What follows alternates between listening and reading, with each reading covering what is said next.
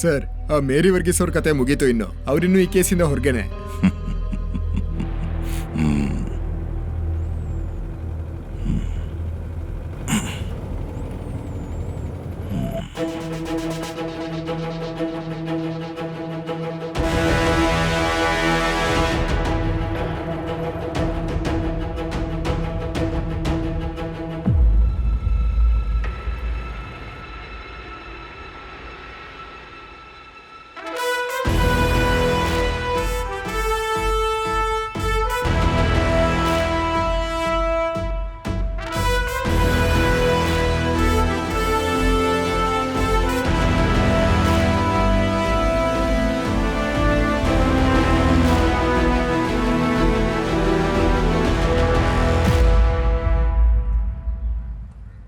ಮೇರಿ, ನಿಮಗೆ ಬರ್ತಾರೋ ಕಂಪ್ಲೇಂಟ್ಸ್ ಜಾಸ್ತಿ ಆಗ್ತಾನೇ ಇದೆ.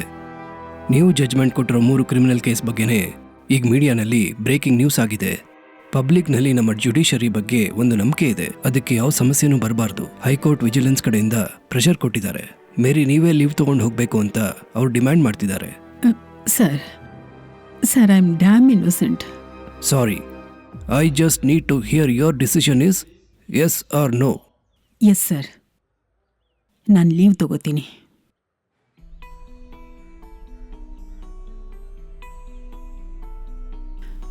ನೀನು ಕ್ಯಾಬಿನ್ಗೆ ಹೋಗು. Okay madam.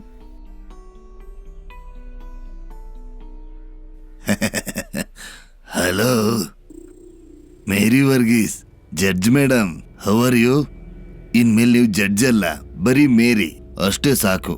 ನಿಜ ಹೇಳ, ನೀವು ಕೊಟ್ಟಿರೋ 3 ಜಡ್ಜ್ಮೆಂಟ್ ಅಲ್ಲೂ ನಮ್ ಕಕ್ಷಿದಾರರೇ ಗೆದ್ದಿದ್ದಾರೆ. ಪಕ್ಕಾ ಕ್ರಿಮಿನಲ್ಸ್ ಅವರು. ಆದ್ರೆ ಅವ್ರಿಗಿಂತ ಡೇಂಜರು ಅವ್ರನ್ನ ವಹಿಸ್ಕೊಂಡಿರೋ ಕ್ರಿಮಿನಲ್ ಲಾಯರ್. ಮತ್ತೆ ನಿನ್ಗೆ ಹೆಲ್ಪ್ ಮಾಡ್ತಿರೋ ಆ ಪ್ರೊಫೆಸರ್ ಮ್ಯಾಥ್ಯೂ, ಅವ್ರು ಹುಚ್ಚ ಆಸ್ಪತ್ರೆಗೆ ಸೇರಿದಾರೆ ಅನ್ಸುತ್ತೆ.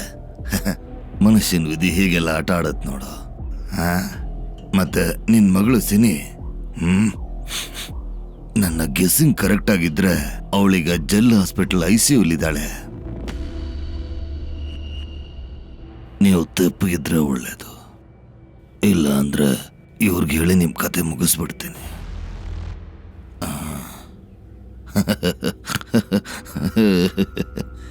ನೀವು ಹೋಗಿ ಮೇಡಮ್. ಹಾಗೆ